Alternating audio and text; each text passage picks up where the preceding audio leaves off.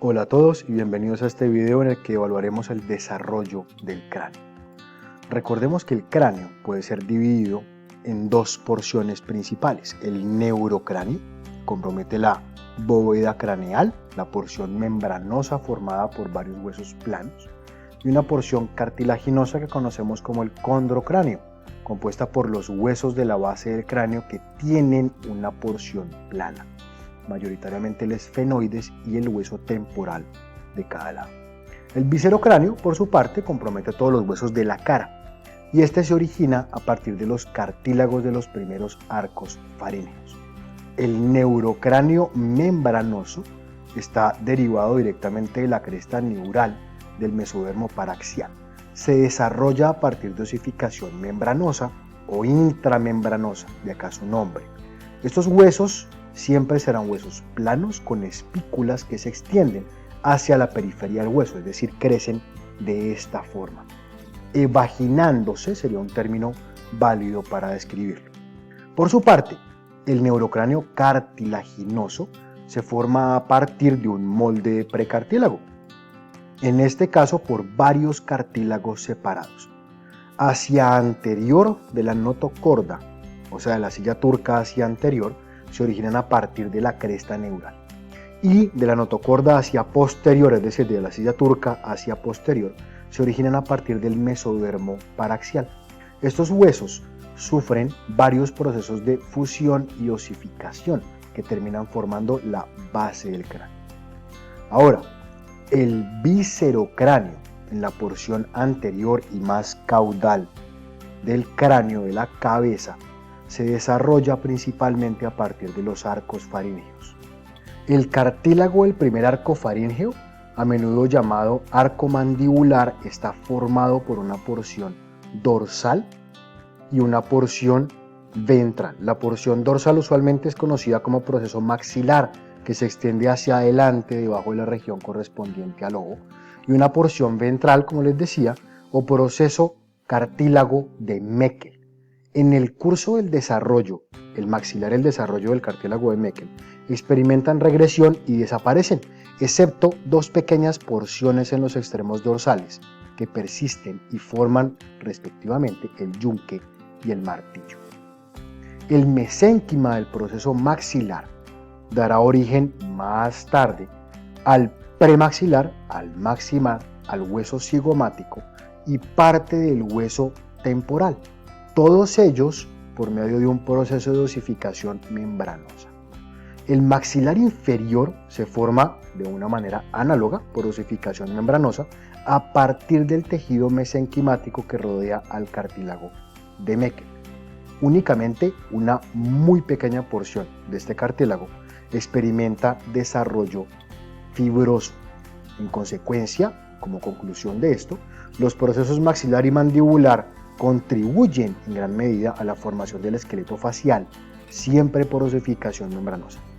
La musculatura del primer arco branquial o el primer arco faríngeo está constituida por los músculos de la masticación temporal, macetero y los pterigoideos, el vientre anterior del músculo digástrico, el miloioideo, el músculo del martillo y el periestafilino externo.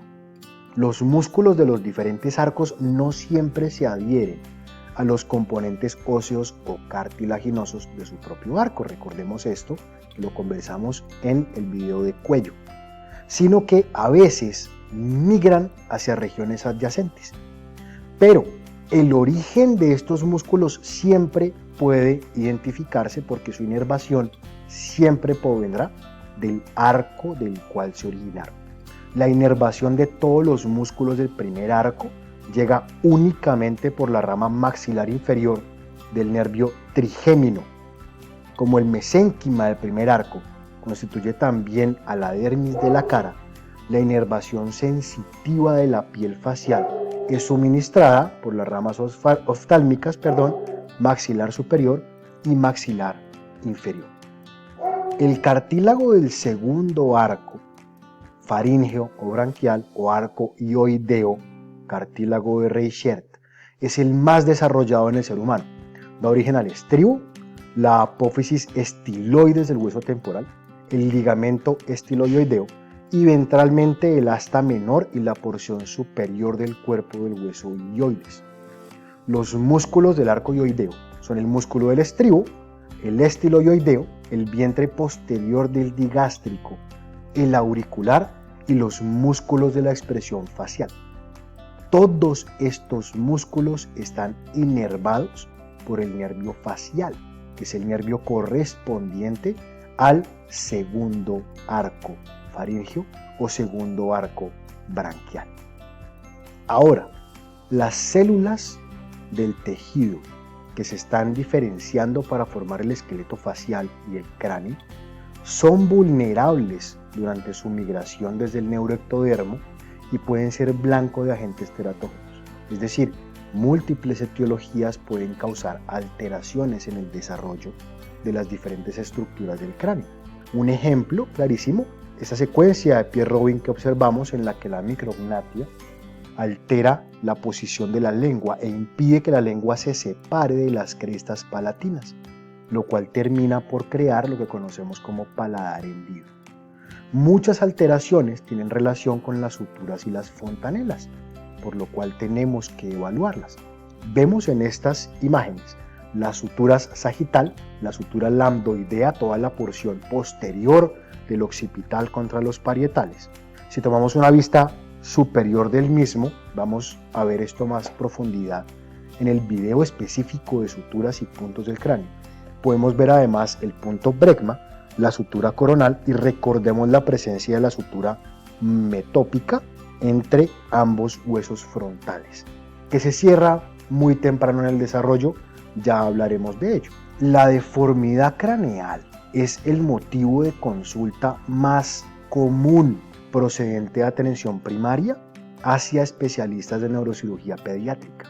El diagnóstico diferencial en estos casos siempre permitirá distinguir las deformidades posicionales, usualmente leves, con un compromiso estético mayoritariamente y con un muy buen pronóstico estético y funcional, de las llamadas craniosinostosis verdaderas, que ocurren por el cierre prematuro de una o más suturas del cráneo y que tienen un tratamiento y pronóstico totalmente diferentes.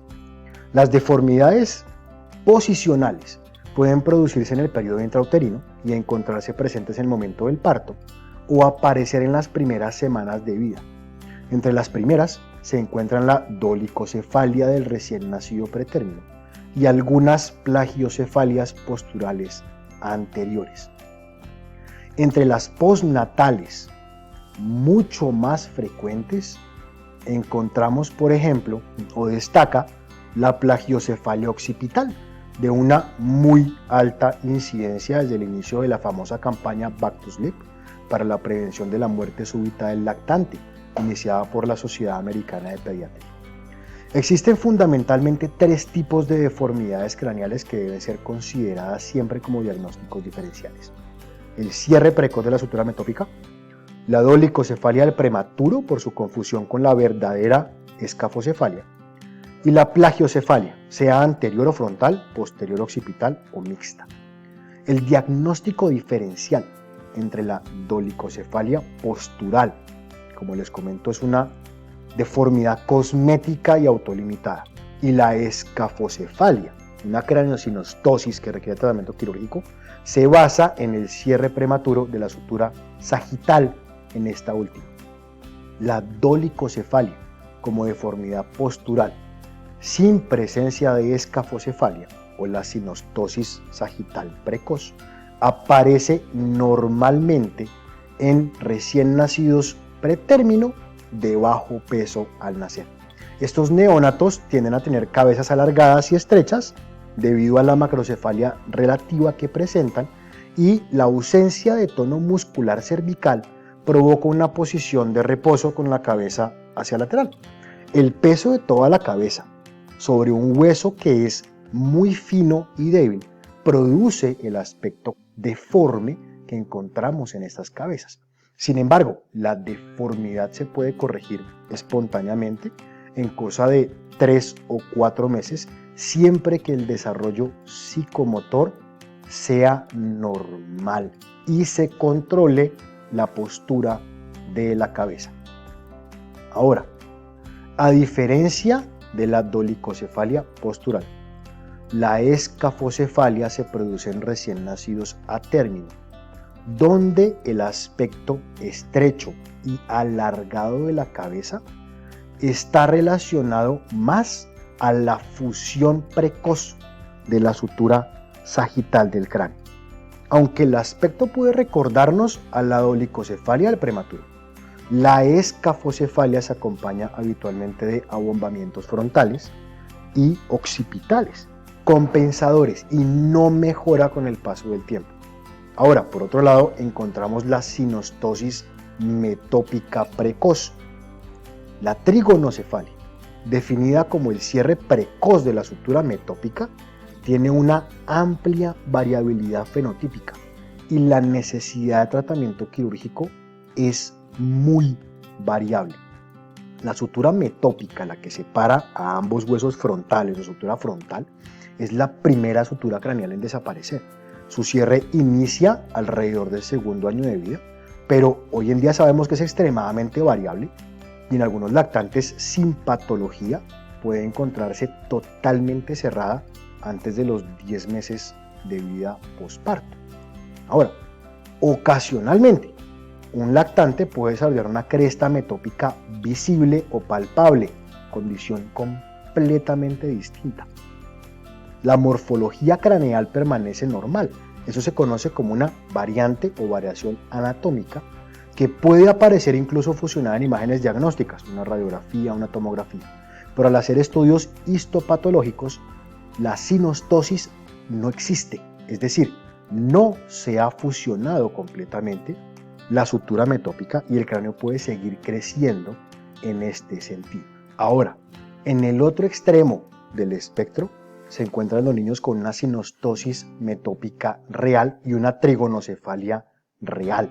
Esta usualmente se encuentra al momento del nacimiento y se caracteriza por una considerable retrusión fronto-orbitaria y aplanamiento temporal, de ambos frontales e hipotelorismo.